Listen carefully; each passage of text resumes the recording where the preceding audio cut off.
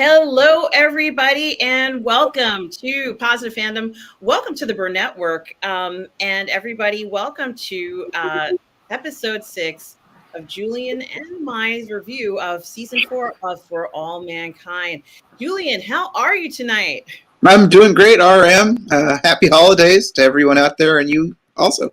Yes, happy holidays, Julian. It is the holiday season, and I apologize to you, Julian, and everybody. I was delayed on a trip. I was away this week, so just got back literally 20 minutes ago. I arrived in the door of my house, and Julian, thank you for putting up with this. Normally, I am very on time, but this time there was a delay, so I couldn't do much with that. But I want to thank you for being so patient and understanding, guys, and everybody who will be watching this, all of you out there. And I want to say hello to Tom Jr. Jackson, and a moderator, collaborator, and good friend. Tom, you are the best. We are all goof people, Tom. Thank you so much for being here as always. So Julian, For All Mankind is not letting us down at all, because between the science fact and science fiction, the drama of what's going on and the stakes are essentially being fought over, this is really one of the most interesting seasons I've seen ever, Julian. What are your thoughts, let's say just in general, so far in season 4? They're really it feels compressed. It feels like they're just pushing everything together really rapidly compared to the other stuff, the other seasons. That, as soon as you go, oh, I think they're going to work on doing something like this, it happens the very next episode. It's like, oh, I didn't think they were going to get to it that soon.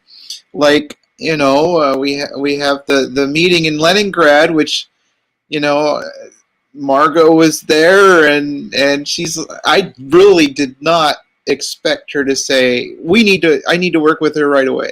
That was just out of that was crazy. That was really crazy. There's a few things that happened in this episode that, characters are going in directions that I'm not quite happy with them doing, but, that's their character. They're staying true to their character. I just don't like what they're doing. But I'm still liking the show. Yeah, I think that is really interesting what you mentioned, Julian. And certainly there's so much to talk about in this episode. And we're I guess, maybe a little bit, maybe halfway or a little bit more than halfway. I can't remember how many episodes there are for the season. But what I can say is I was kind of curious. Anybody who's watching this, I don't know how many people are watching this broadcast right now, because as I said, we did start very late. The broadcast was supposed to start at 10 p.m. Eastern. And right now it's almost midnight Friday night. So I apologize about that. And I apologize to anybody who was waiting around for the show that I had to change the time. But to be honest with you, I was curious as to whether anybody knows, anybody who's watching this, whether or not there is a fanfic for All Mankind. And Julian, I was joking with you that I don't want this series to end because I'm enjoying it so much. And you'd mentioned that you believe that there's at least one more season. But I also said that if you are a person who can write fanfic for All Mankind, you've got to be a very good writer, because this is not the easiest stuff to write. And I'd have to give you credit if there's anybody out there who knows if there is a fanfic for All Mankind. I would love to hear it. Also, although I don't see anybody out here, I'd like to hear everybody's best theories of how to move asteroids, because apparently they're looking for solutions out there. And I'm just curious as to what people are saying. Also was curious, and I did ask you this question, Julian, as to whether or not the theories that they're pushing forward and talked about are theories that actually have been talked about. I'm not an astrophysicist, so I don't know anything about that. But I think it would be very interesting if they use that as well. God bless them for using what they have done, Julian. And I do want to talk about, you mentioned so many interesting things about this episode. And Julian, of course, one of the things you did predict, which was a mutiny in Happy Valley. Mutiny is about to happen on Happy Valley. And I kind of, yes, mutiny is happening. There's an uprising. I think it's really interesting, though, because the manner upon which the uprising is occurring, I'm not going to say it's solely one person, but it feels as if one of the progenitors of this uprising, one of the progenitors of encouraging, he actually says, "Don't let anybody push you around," happens to be Ed himself, which I think is really so interesting that he's in this position, Julian. Ed has been somewhat idle. We see him kind of moping around the station. Is that what you call it? Moping around. He's in his quarters, these very luxurious quarters. He's got a view of Mars out there. He's got the best view in the house, and yet he is incredibly unhappy, very uncertain. Are you surprised that Ed happens to be the person who is pushing or is involved in what I would call, I'm hoping will turn into sort of some crazy Lord of the Flies thing when Dev pulls up and, he lands on Mars, and then, he walks in there and there's like, astronauts and engineers hanging from the rafters, and, people gasping for air, and, Dev like turns the power back on. What do you think, Julian? Are you surprised at how and what Ed is doing right now? No, I'm not surprised, but I am disappointed, and it's obvious that he is in it. He is doing this for his own ends. The only reason he's doing this is because he feels that he has been forced out, and so he's trying to gum up the works. He thinks that he's going, and so that I'm not happy with it, because their concerns are legitimate, and he's just taking advantage of it for his own means. And I don't like where that could lead to this whole situation. I mean, he's ingratiated himself with, the black market group, but now that Miles has made his move and kind of, taken over, I don't know what's going to happen there. But by Ed trying to, get in with, the group there, and then he, of course, gets involved with this group here. Yes, he's totally trying to take control. He's going to try and wield them as some sort of muscle to be able to force himself back into, the plan somehow. So yeah, Julian, this is the last thing I thought Ed would be doing, because I honestly felt like he had a little bit more integrity than this. I've lost my picture. And I'm just so surprised that he would go so far as to do this and really just take advantage of. For me, it feels like he's taking advantage of these people. Is he taking advantage of them? yes, totally. This is all about his ego. It's not about what is good for them. I mean, he's just using that. He didn't give a crap about that stuff until he had no, say in what was going on anymore. Once he was forced out. And of course, he wasn't even thinking about the fact that he was still, as a Helios employee, he's still kind of the corporate head, out there. He's the head honcho for Helios on site. So he's like, oh, yeah, I've still got some cards up my sleeves here that I can play.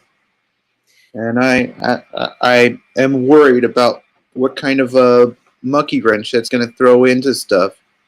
It could even, Kelly's coming out with Dev. She's bringing her son, his grandson. This could be, whatever he plans on doing could could cause something that might, bring danger to them in the end. Because of this. Julian, you make such a good point with this, and I do want to mention thank you, Tom. Tom says that there is a fanfic for all mankind, and Tom says that he used his Columbo-like sleuthing for it here, and it says, what does it say? I'm reading what he's saying. Can you please send this to me, Tom, using Messenger, Facebook Messenger, please? Thank you, Tom. The archive for the fanfic for the show for all mankind. And Tom says he uses Columbo-like sleuthing skills. I'm going to bring it up. And thank you so much, Tom, because you knew I wanted to see a little bit more of this. I think it is very interesting, Julian, because you mentioned Kelly is going to be coming up there with his grandson. And did I hear it right? Is it true that he's never met this kid? I think that is probably not in person. No, they've probably video corresponded, so he knows what who Grandpa is. But I don't think in the interval between the two seasons. I think Ed has stayed up on Mars the whole frickin' time. Oh my gosh. Yeah, it's I didn't realize that he has become so, let's say, disconnected with Earth and earthly things. And this, it is true that they are in a very special place, but he's been able to function in this, I guess, like microcosm of a place that, really he's had free reign. And he's had a little bit of the free reign taken away from him. He's still in luxury, like he's in this beautiful room that is like the size you could fit 20 people in there. He wants for nothing. Of course, he's drinking his water out of a beaker, but it's probably ultra purified water. He's had the best of everything, all these advantages living in Happy Valley, and he's very unhappy. I think that is very interesting. And I was very nervous, Julian. I don't know how you felt, but I was very nervous seeing him kind of walk around Happy Valley and then sort of go below. And of course, he's going to go to the hangout joint / black market shanty. But, honestly, Julian, I have to wonder to myself, why did everybody they were intimidated by Ed? And I'm almost wondering whether he has a reputation, let's say, of being intimidating towards everybody else. And I don't know whether that was necessarily something that is true or not, but I got the impression you could tell they were uncomfortable when he waltzed through the door, when he pressed the button on the lower levels. I felt uncomfortable. Like even him walking around and talking to people was uncomfortable. Is there anybody who's comfortable around Ed? I don't think so.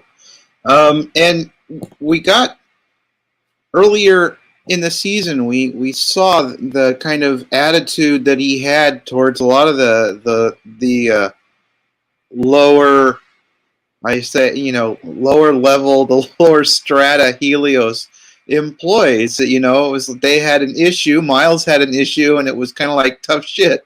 That's the way it is. And so if he has that attitude towards all of them, because he's essentially executive level and they're not, and so that's kind of the way they see him. And now suddenly he deigns to come in the area where they've probably never seen him before. It's like, what is he doing down here? Why is he down here? What's up? Why is he down here? Is he gonna, close shop? Because they know they're not supposed to have that place there. And so, yeah, and they all know that he's been grounded. So there's kind of that too. They're like, man, he's been grounded for whatever, we don't know why, but I wouldn't be surprised if there's been some rumors about his shaky hand. So that's got to be uncomfortable. They're looking at this guy who used to be cock of the walk, and now he's no longer the XO of the base, and he's no longer in flight status. So that's got to be odd.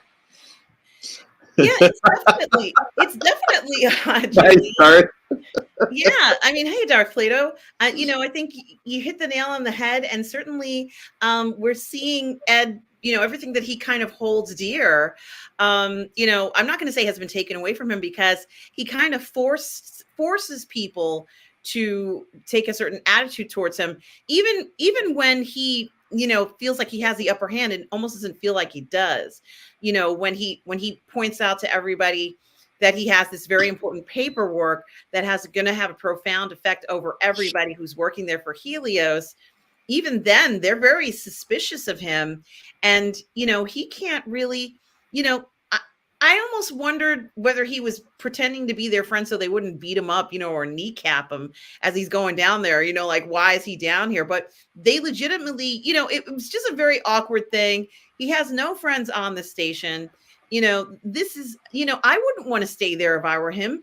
And I think it's really interesting that this, his mentality is just so changed. I think he's maybe even somewhat terrified right now of making a change. I think he's really just, thinking to himself that this is the place that he's been living and thriving and feels comfortable in, even if he's perhaps not in the best of mental state, if you will, not in the best mental state. But it is interesting to see him thinking he can go around and kind of prance around. Darth Plato says, like the vice principal walking in on something naughty and saying, carry on, kids. He goes into the as I call it, the black market shanty / whatever it is, speaks to Ilya and talks to Ilya as if, he's his best friend. And even Ilya, who's a kind of go with the flow kind of guy, is uncomfortable. I thought nothing could rattle him, but this is an episode where Ilya shows a very different side of himself, a side we haven't seen of Ilya before, what I like to call, the OG side. But he tried to best Cole, Miles. Yeah, I think it's Miles Cole. I always get his name incorrect. He tried to best that man. But what I really liked about, and I'm kind of jumping all around the place, Julian, because I apologize for that. But what I kind of liked about this Ilya Miles situation, Milos, she calls him Milos. Yeah. Is how Ilya tries to go, old school OG on Milos. But Milos is like, I don't think so, mister. It's like, because Milos has to be as tough as nails working on that oil rig. It's not really kind of place that you can work on and, not have, a very strong exterior and take some punches and roll with it. He said that working on that oil rig was some of the best months of his life. So I have to wonder, what his measurement of toughness is. And we did see some really interesting things. First thing I want to say is that Ilya doesn't like to have anybody tell him, no, I'm going to go ahead and do whatever I want. And somebody, Julian, you and I both know that in the last episode, somebody sent Ilya the product in that paper that was wrapped with the Mars jewelry. We know that was the truth. The question is, who was it? I kind of think I know who it was.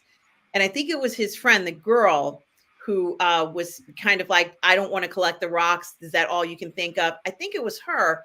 Do you think it was done deliberately to cause problems between Miles and Ilya? No, I don't. I think, this was stuff that was coming from Earth. And I think it was an unexpected thing that happened. And somebody back on Earth's side wrapped stuff that was just, being used as ad. It is kind of funny that it's like a newspaper. Really? There's still, yeah, we still have newspapers, but how often do we see ads in newspapers like that? I was like, oh, well, that's kind of interesting. It's almost like they grabbed the Sunday funnies, and started wrapping stuff up with it. But I think I don't necessarily think that it was that it was premeditated. I think it was a coincidence that it happened. Well, it's an unhappy coincidence, Julian, and it certainly has caused some problems. But I have a feeling that Ilya might have also been told by somebody what's been going on too, and he does not like this. There's something about what Milos is doing, it's very lucrative, very profitable, but he doesn't like that he's doing this. And we see one of the saddest scenes I've ever seen. Essentially, this was it felt very prison like, I'm not even going to say like the shower scene, like the group shower scenes, nothing like that. This was more like, they send you down to the laundry in the prison, and he's rolling in with his bucket of Mars gems, soon to be Mars gems. And he's speaking to one of the ladies, I think her name was Fiza, and he says, I'm going to need you to transport this. And she's like, we can't work with you anymore. And he's like, say what? Yeah. And then, but I was shocked, Julian, that Ilya ordered, him to be roughhoused. Why would Ilya do that to Milos? Look, Ilya has warned him. He told him repeatedly, don't make waves. Don't stick your head out where somebody can see what's going on. And we have to remember, he's coming from the Soviet Union, where if you got caught doing that stuff, not good. Two possible things happen here. Either the policeman who finds out you're doing it is gonna, ask for some back end to make sure that you don't, to cover so that he can get a little bit of extra rubles in his pocket. Well, to say, oh, well, I'll make sure that you don't get caught, or else you're gonna get whopped, right? So he's already seen another partner before him, who was the senior partner on the moon, get taken in and prosecuted for what he was doing. So he has no interest. He's keeping his head down. He's doing exactly what his instincts and what his training has told him. His history of doing this is like, this is how you do it to be safe. You have to be safe. And Miles is, in a way, that's a little bit of they set this whole thing up that he's, strapped for cash and is being pressured, that he's like feeling that's the only way that he's going to make good with his wife and the kids. And then she's like, oh, I moved to this place and we got this big old place, and he's feeling the pressure for that. But we saw that he was making lots of money. And we saw that he was doing good. I think that's one weakness in the story for me, is that they didn't show why he would continue. He's been doing good and a lot better than he had any right to believe that he would have been making if he was, just doing his job for Helios. So for him to get greedy like this, I don't understand his motivation for forcing the situation. He should have backed off, or maybe that's part of the problem. Maybe when Ilya sent this guy to tell him you're not doing this anymore, you're out, maybe it should have been, if you don't stop now, you are out. But Miles was like really upset that the guy laid hands on him, put his hands up on his throat and threatened to strangle the life out of him, and he wasn't happy with that. And at that point, he was like, "No, game on. We're done with this relationship." And so both of them did not handle the situation very well. But I think it would have been interesting to see what he would have been done if he had been given the situation a little bit differently, right? The ultimatum a little bit differently, but then again, he was told don't do it, and he did go ahead and do it. And so I think Ilya was like, no, he wasn't going to give him a chance to just stop it. He could have said, nope, no more. I saw that you did. Enjoy what you got, but we can't risk this anymore. And he didn't do that. And maybe, I don't know, maybe did he find evidence of that before before Ed came down to the bar? It was like last episode, wasn't it? Did he? You mean evidence of the Uh, gemstones? yeah. It was the last episode, yes. And Okay. So perhaps if my timing's, it might be off, but is it possible that once Ed came down and got all friendly with him, he's like, oh, I've got an ace in the hole now myself. I don't, I'm gonna get Miles out of this because I've got a better connection that can protect me instead of So I don't know. It's kind of, I could have that timing off, but no, it is kind of interesting to see how this is happening because clearly everybody knows about the operation. And I had to come to that conclusion that absolutely everybody in Happy Valley knows that there's this black market shanty, whatever you want to call it, downstairs on the lower level. So it is not a secret. I mean, it seems like it's a secret, but it's not. So it's the third area of the let's say the station, the underground, the red light district, whatever you want to call it. It's down there.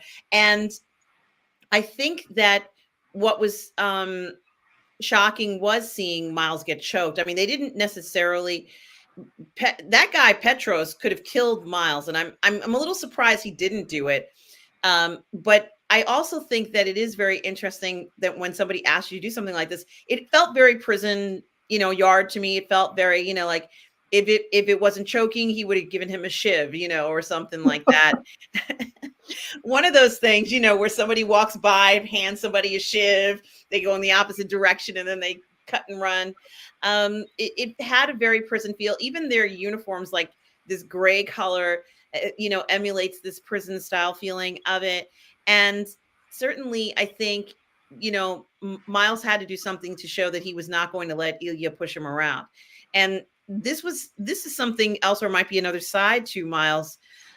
While this might be an extreme version of it, I fantasize of seeing, sort of like the 2001, space thing where somebody gets spaced, if you will. You're out there, someone cuts your line, you can't get back in, that sort of thing happening, which I guess might happen. But I think it was very interesting to see them both go OG, original gangster style on Happy Valley. So, but I also think it's very interesting that we saw a reversal of fortune or a reversal of power that I didn't think Miles was going to do, but apparently he has. Julian, has Miles taken over the shanty?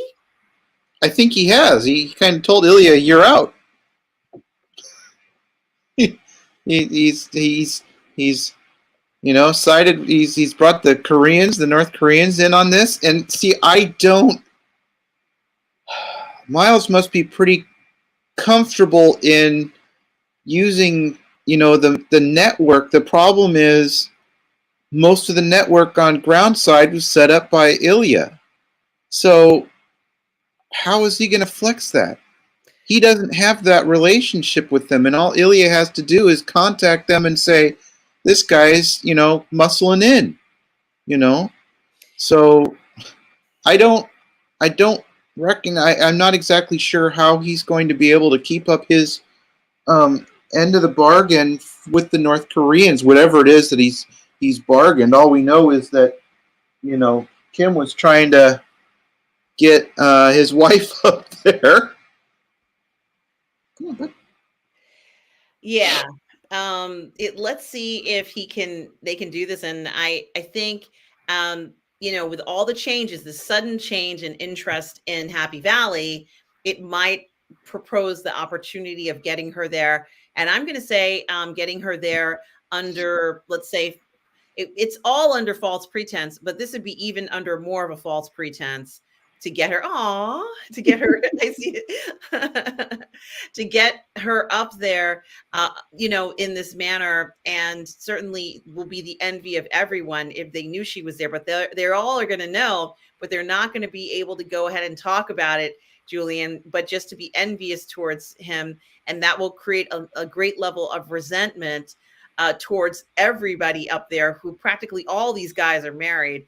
There's going to be a huge amount of resentment. There's going to be a huge amount of, why can't our families be here? Especially when Kelly shows up with her son. They're really going to be angry. Why does she get to bring her son? It's going to be grievance after grievance after grievance after grievance. I mean, I would not want to be shop steward in this group, because the grievances are just so off the charts that after unionization, these guys are not even going to get any work done. And that's essentially what the biggest fear is, that there will be a full shutdown. Danielle did not like Ed's attitude, as he had said, well, you really need these guys to do the work. And if you can't get them together, you're going to have a big problem. And I think that that was an excellent foreshadowing of what we're essentially going to see, or kind of have seen, done so remarkably, but very much instigated by Ed, who feels that he, can go ahead and step in and kind of cause an issue. He's still getting a paycheck. He's still getting the advantages they're not getting, but he fully discloses information that he's not supposed to them. But I wouldn't be surprised if they could get a copy of the contract anyway. Let's just see how this plays out for him. As I said, I am hoping for this Lord of the Flies scenario. But I also think what's really interesting too is, I predict that Ed is not going to be able to stay on the station. I think they're going to remove him. I think he, has now played both sides, if you will. And, he's not ever going to be, a grunt. He's not going to be, as you said, he's an executive. So he can't necessarily say that he's, like when they take over, he can't go ahead and say, yeah, I helped you guys. I'm the one who gave you the paper to do it. Like, I don't think they're going to necessarily fall in line and have his back. Do you think these guys will have his back when the operation shuts down, Julian? Frankly, I really don't know. Since why they're the ones who need to be worrying about him having their back, because he's only using them. So that's where my concern is.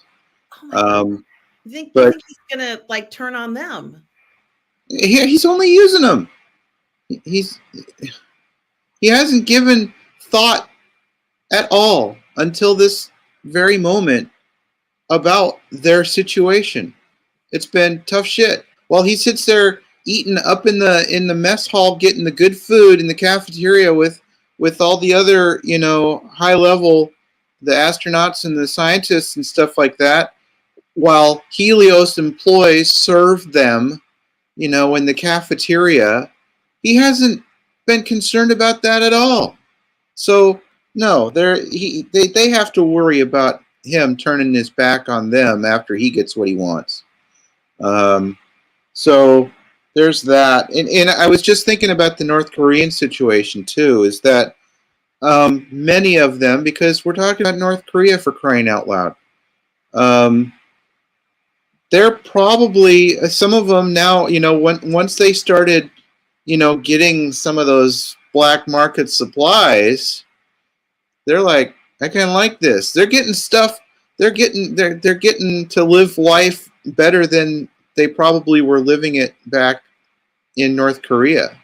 So I think that they're like, we don't want this to end, and now we're going to take over, because we like being so there's a possibility that they might just decide, hey, we like being up here on Mars too, and but not necessarily, we don't like. Anyway, I can see that there could be some sort of an issue with that too. I'm just trying to figure out what everybody's motivations are here. And, yes.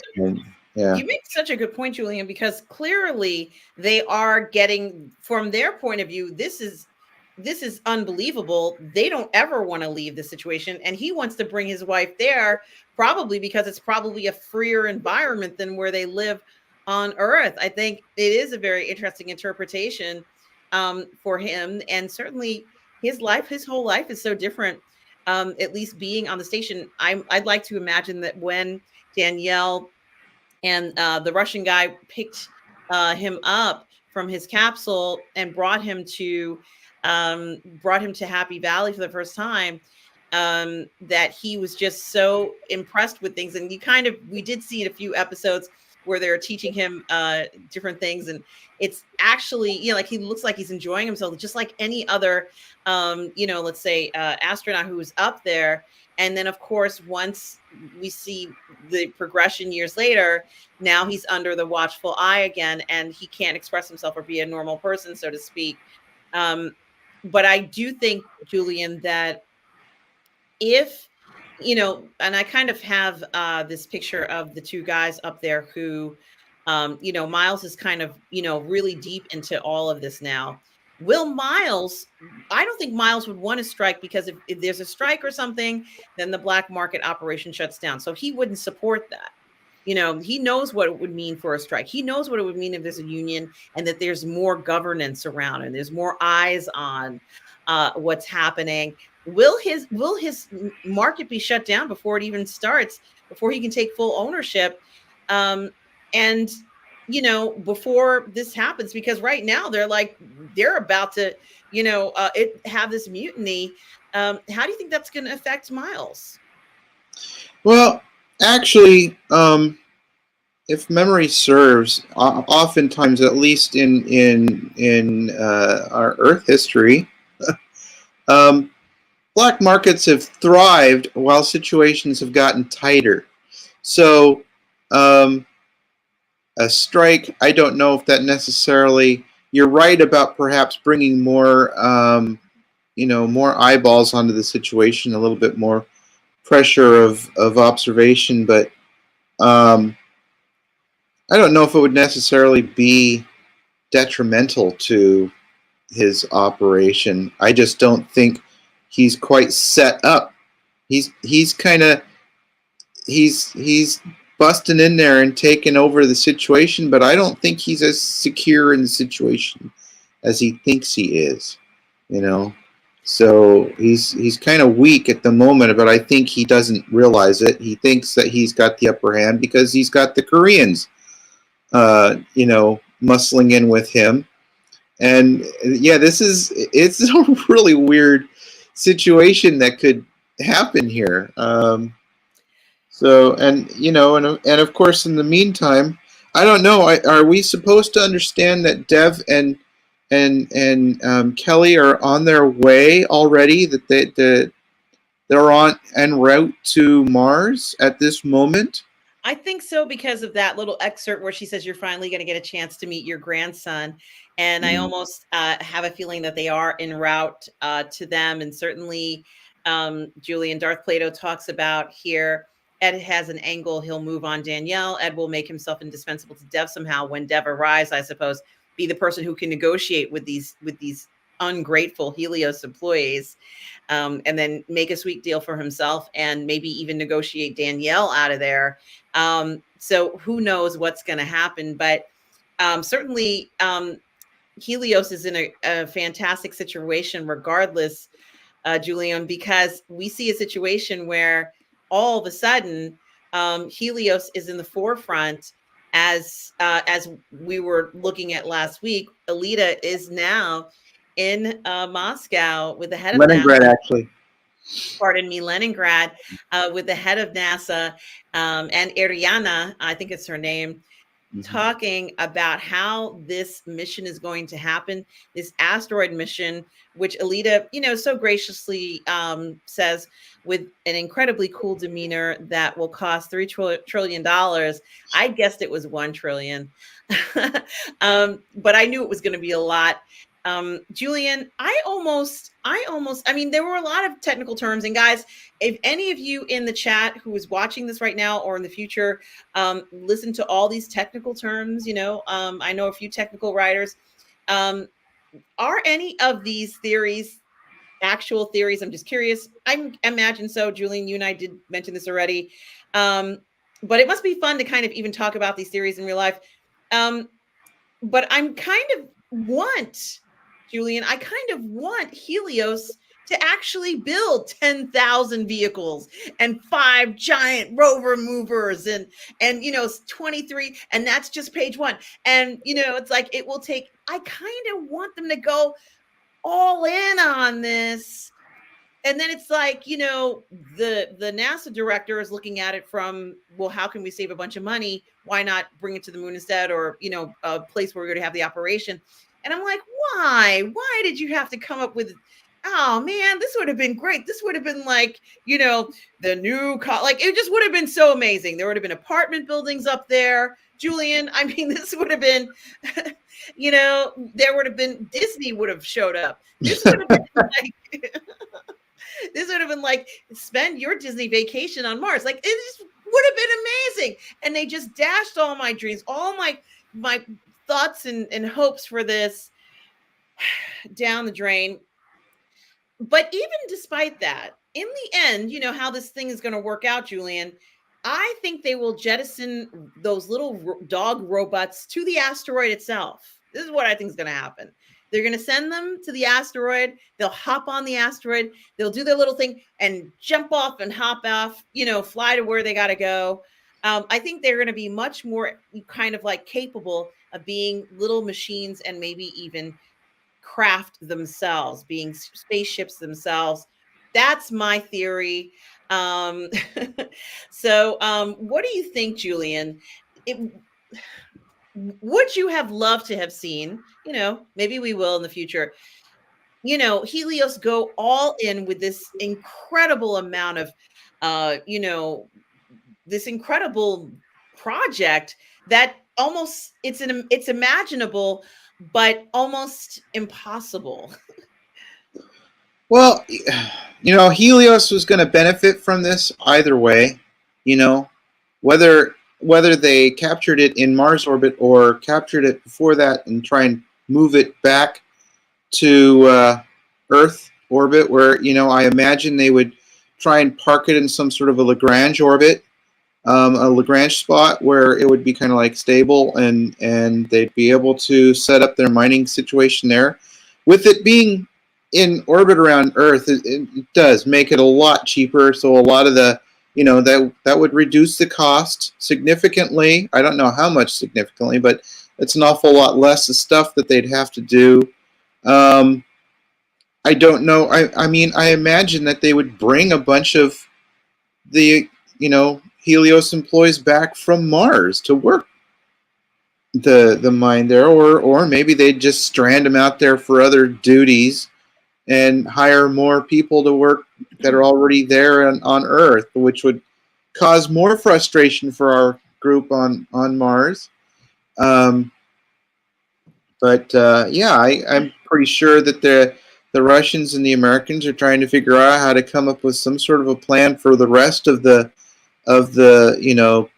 I can't remember what they call the group, but they're to form some sort of a consortium, perhaps say, you put this X amount, percentage of resources into capturing this, and you will get X percentage of, return off of, profit. So, hopefully that's the kind of thing that they're going to work out with them, to try and distribute the cost more over everybody who's involved, that's what they're trying to do, because both Russia and the U.S. are like looking at this going, if we foot the bill for this, between the two of us, we're going to weaken ourselves so much. We're not going to be able to compete with each other. And apparently, Julian, if we're going to be talking about stakes this high, we need to have champagne flutes in our hands, because this is just going for broke.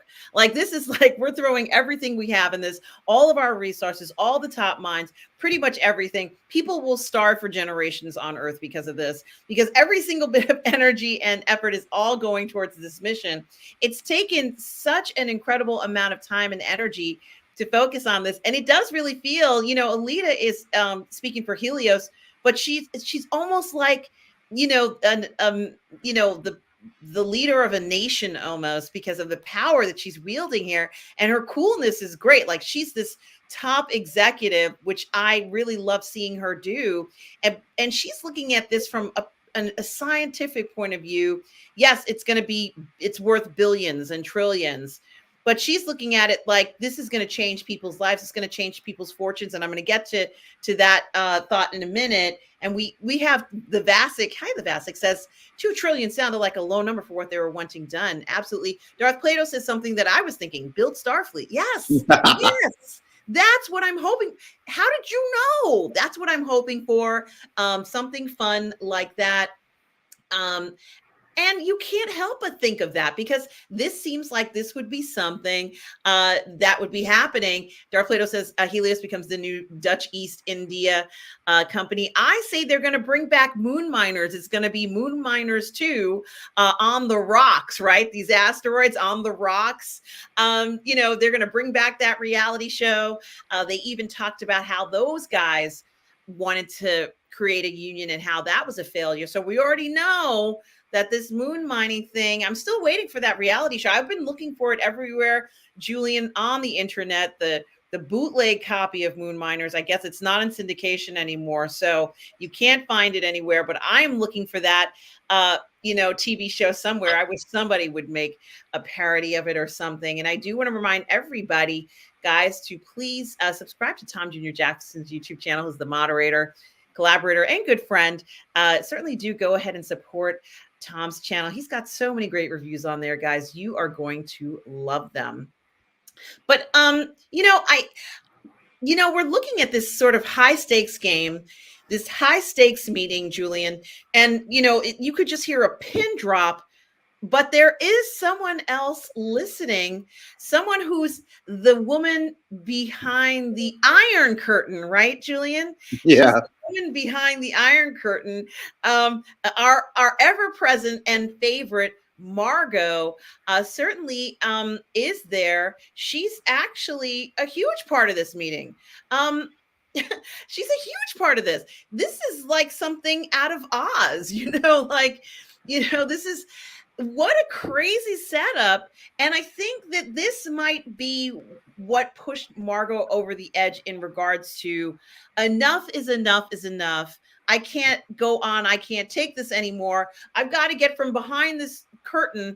I'm not going to stand behind anymore. I let the chips fall where they may. You guys can, I just don't even care anymore. And were you not surprised, Julian, when you saw that, you know, speech that they forced her to give? She almost had to give this speech. She couldn't say I had to do this because they forced me or coerced me into it. She couldn't do any of that, but she was able to tell Alita. Alita was thrilled to see Margot and then not thrilled. What do you think the future is going to be between these two ladies? Because it ain't over, is it?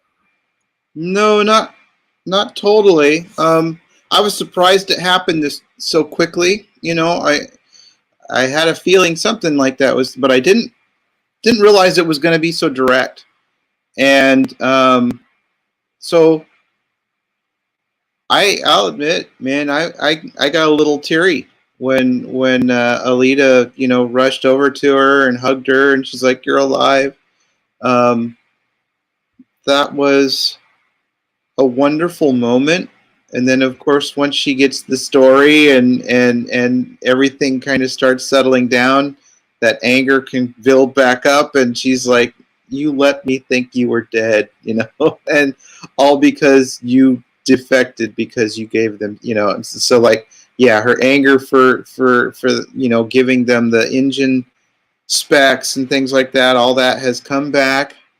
But they did manage to get past that. So I think that they'll probably continue to work again together in the future. But that was kind of crazy that it happened so quickly on that. And yeah, the little, oh, I was concerned about, you know, the way that NASA and the United States were becoming, you know, nothing about, I sold secrets to the Soviets, yeah, or not even sold. I gave secrets to the Soviets. So, yeah, and I think it is very interesting because there's going to be, what's interesting is that Alita had foiled the whole thing from the beginning. So she knew from the beginning what had happened, and there was this, you know, just disbelief, and yet, you know, I'm not going to say that Alita was involved in the investigation, but I have a feeling that they were watching Margot already, right, Julian? They said something about watching her already, regarding her closeness to, I can't remember the guy's name.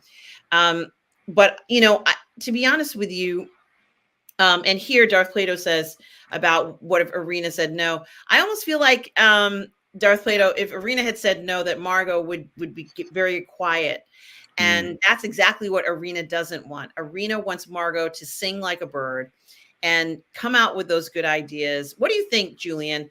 If Irina had said no and Margot couldn't go out in the open, would that have affected Margot's ability to help Irina in the future? Yeah, I mean, she's in a spot. I mean, because Margot wants to. She's feeling like a fifth wheel, even though Irina's told her how important she is to her. She still is like, yeah, but you're kind of like putting me off on the side and just kind of like using me. I'm not doing the work that I was so good at, you know. And so she's like, here I have a chance to be able to actually do something, to be involved with this momentous, endeavor that could change the future of the earth. And so she's like, I'm not going to be stopped. I think Irina saw that, and so yeah, she said, she was more I think she was legitimately concerned about, are you sure you can live with the fact that you're going to have all these people that are going to think this way about you going forward, once they know that you lied, essentially. And they are going to know. There are those in the government that are going to know that you did give them, that they gave it. They're going to know that you gave the Soviets these plans. And are you going to be able to live with it? And she's like, yep. Julian, I think it's interesting, and Darth Plato has in there build the Death Star. Clearly, that's what we want to see. We want to see the Death Star. We want to see a whole bunch of Enterprise ships. I want to see Space 1999. Let's go ahead and build those. That's going to be our amusement parks going forward. We want to see all this stuff in real life. I want to see the Risonante from The Expanse. And there's a lot of things I want to see. I also want to see the Nauvoo, which is the Mormon cathedral ship, which turns out to be the Medina, I think, at the end. But I want to see all these ships built out in space. Let's go ahead and do it. Let's have fun. Helios can do anything. Thank you, Helios. Let's just give them everything and let them come up with something, because Deb would make it happen, right? With Alita and, of course, Kelly. Something, Julian, it was very interesting. You said it was very fast how Alita and Margot got together, maybe too fast, quite surprising. And then it also felt like at the end of the episode, almost as if Margot was the leader, in a sense, of the solution to all this, which was also very interesting. And to be honest with you, Margot and Alita are smarter than most people. When they say they can do, she's like, we can do this. Yes, of course you can. You can totally do this. We had no doubt they could do anything. But are Margot and Alita going to devise a plan to get Margot out of there and maybe do even more, Julian? I think Margot would still face consequences to get her out of the Soviet Union. No, I don't think that. I don't foresee that happening. Julian, they're going to bring Lee's wife up to Mars, Julian. Come on, Julian. These guys can do anything. Julian, how would you do it? How would you get Margot out of the Soviet Union if you had to? That's not my bailiwick. And even if it was, I couldn't tell you. Yeah. Thanks, Darth Plato. That might be a little too flashy, but yeah. And the Vasic says the show is always fast paced, shockingly in some instances. As episode is my favorite of the season so far. I just think it's very interesting in the sense of putting two of the most intelligent women together. If I were Arena, I would have forbidden Margot from doing this, because now Margot has more chips to play. And certainly Arena knows how valuable it was that she could kind of keep Margot prisoner. That's what it was, right? She was being kept prisoner there and, did what she was supposed to do and what she was told. But I think even Arena couldn't pretend that she was this. Arena's an intelligent woman, but I don't think she could pretend that she was as sophisticated when it comes to these modeling things that they're doing of, projections and missions. And, Arena she's not capable of doing that. And perhaps there is somebody in the Soviet Union, let's say in this scenario, who can do it. But for whatever reason, they're not in the forefront, right, Julian? For whatever reason, they're not in the forefront. Now with Margot coming forward and declaring herself this, Margot seemed, and she said she wanted to be in charge.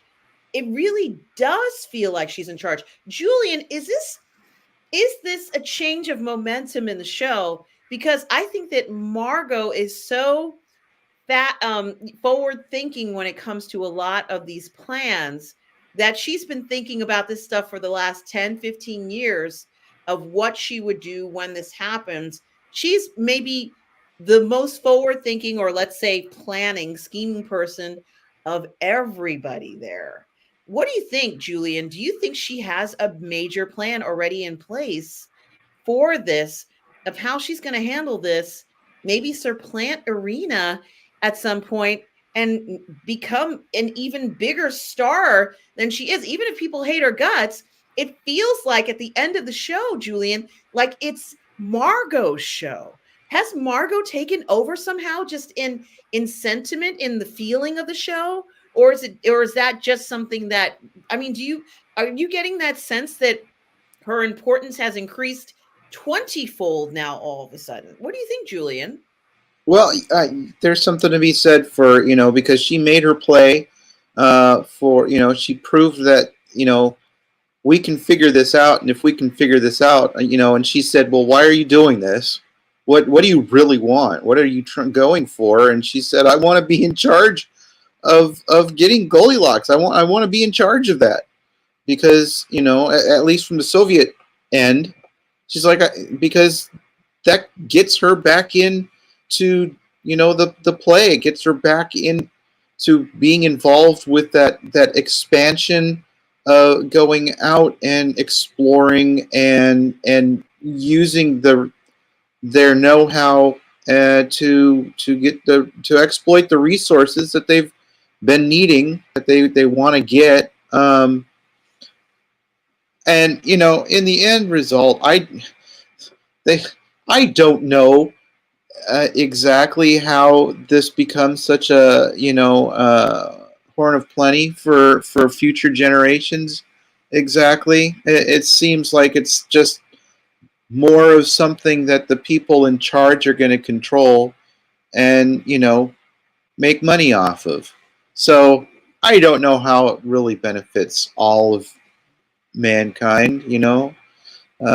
We haven't seen what's happening with third world countries. Are there third world countries? Now that Helios made such cheap, there's still got to be issues with,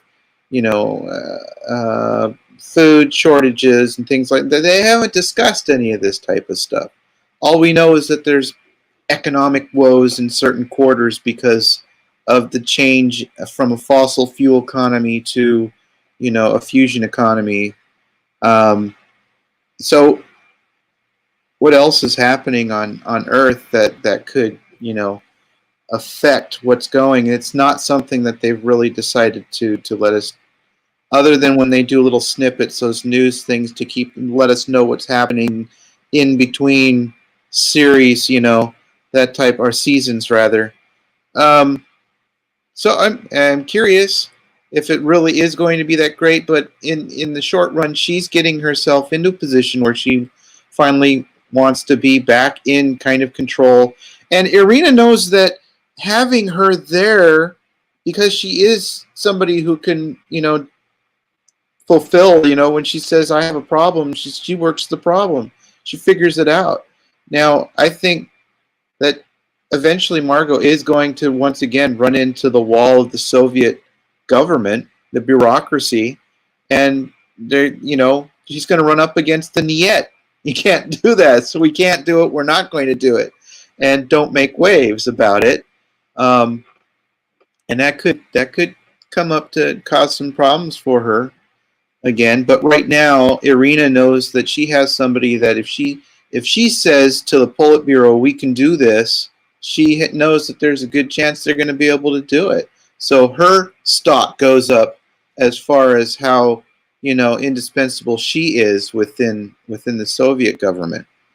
So I think she realizes how important Margot is to her. Yeah, and I think it is also very interesting in the sense that I do firmly believe that Margot, although she did get swindled into this situation, they really gave it to her good by creating a scenario where she had no choice but to go over to Russia. I think that she might be able to work out something where she doesn't have to stay there anymore. Now, I'm not quite sure whether it'll be because she's in Happy Valley. She hasn't expressed any interest in doing anything like that, but I don't know what the future is going to hold for her. I don't necessarily want her to stay there if she doesn't want to. If she still has to work for them, then she works for them. But I feel almost as if this is the beginning of her breaking away from this level of control that they've had over her. Now, I don't know what's going to happen. Maybe she'll end up in a prison somewhere. Who knows? I mean, she's ended up in a prison before, so she already knows what that's like and what can happen. But she's certainly going to. I think that if Helios could offer her something, a more attractive offer, and she could take it, I think Margot would take it. I think if Helios gave her a position that's even stronger than the one that she can have while being in Russia, she would take it. She could say, I have to be up there. I have to be up there to make sure it's all going right. I have to make sure, right? Like, I have to be there. And I think that things Darth Plato. Thank you so much, Darth Plato. Yes, I think, it's going to turn into something that is more conducive for Margot and be more advantageous. I believe that Alita does not want Margot to stay there, even though she's angry at her. I think that she's going to do everything she can to get Margot out. I'm just purely speculating, but I think it would be very interesting if they could do something like that, Julian. And I also am going to say that I'm glad that Margot is out in the open, even though it's cost her a lot. It can't be any worse than the 10 or 15 years she's been in this prison, Julian. It cannot be any worse than that. She was almost like she didn't even exist for that amount of time. And that I think is what, I don't know how she survived that. I don't know how she survived that, Julian. And, I just hope she never finds herself in that kind of situation again. That's why I want her to break away from this situation that she's in. So, Julian, any other thoughts about the episode or things that we haven't discussed that you want to talk about before we end the show tonight? So it sounds like you feel like Margot's character arc is eventually going to put her up in space. Do you think? I think she has to be at a place where she cannot be controlled as she is now. Earth is not a good site for her, but fortunately there are other options now. There's the moon or Mars or on a spaceship. And I think Margot needs to get as far away from the Earth as possible. She should have hitched a ride with Dev. It's really too bad that she hasn't been able to do that, but she needs to get away from a lot of these players who are not going to look at her in a favorable light. Helios can do whatever it wants to as long as it benefits Helios. And if having Margot on their team can do that, I think that Helios would be a much more attractive offer to her, even if she's up there under the guise of Russia. She could be like the Koreans who are under the guise of this country, but while they're in Mars, what happens in Mars stays in Mars, Julian. Most of the Right? time, unless you're a Soviet astronaut who accidentally pushed the wrong guy. Yeah, I mean, like we said, when the lights are turned off and the shower is running, just don't drop the soap. Margot cannot afford to drop the soap again. So there is that. But I do think it is very interesting looking at how all this is playing out. We may also find a circumstance. Now, Darth Vader is saying that she's unhireable, but Darth Vader, remember, we may also see a circumstance where the truth about what's happened to Margot may be revealed. So if that were to come out, that's also a consideration where she could be, if people do think she is guilty of something, to find out what's actually happened to her, even though she did, kind of give up something and she could have said no. People might have a different point of view of it once they realize what was at stake. She feels she's done the right thing, and she doesn't want to get anybody killed, and circumstances like that. So Alita is not ever going to forgive her for that. And that's rightfully so.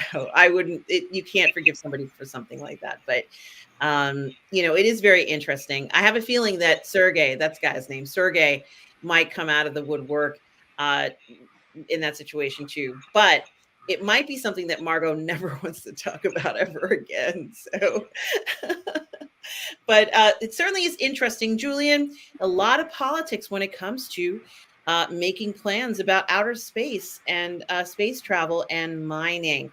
But I really want to see another season of Moon Miners too. I want to see that, the asteroid field or whatever, wherever they'll station it, because it's going to be great. Maybe it won't be Moon Miners, it'll be asteroid miners too, in the asteroid field. Someone had asked a question online about where are more asteroids found, or something like that. I can't remember what the question was, but I said they must be watching for all mankind. They have to be, because everything's focused around this asteroid. Oh yeah, so here's the actual question. Will this asteroid, we're not there yet, Julian, but will they ever get to go to Goldilocks, do you think?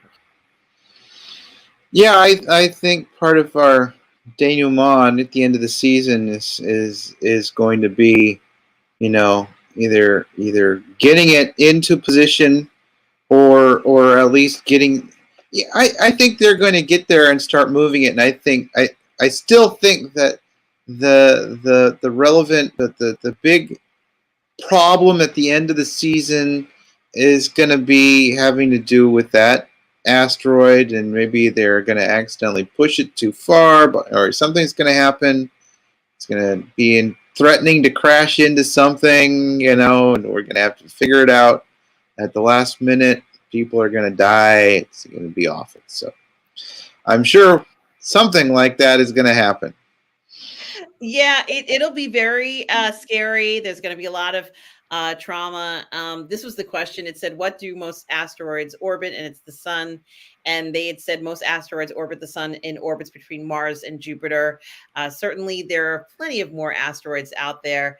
I think it would be very interesting. And yes, Vasek says yes, which will hopefully be the time jump for another season. Yes, the time jump. We don't know what's going to happen to the Soviet Union in this alternate reality, right? So perhaps things will change in that country as well going forward.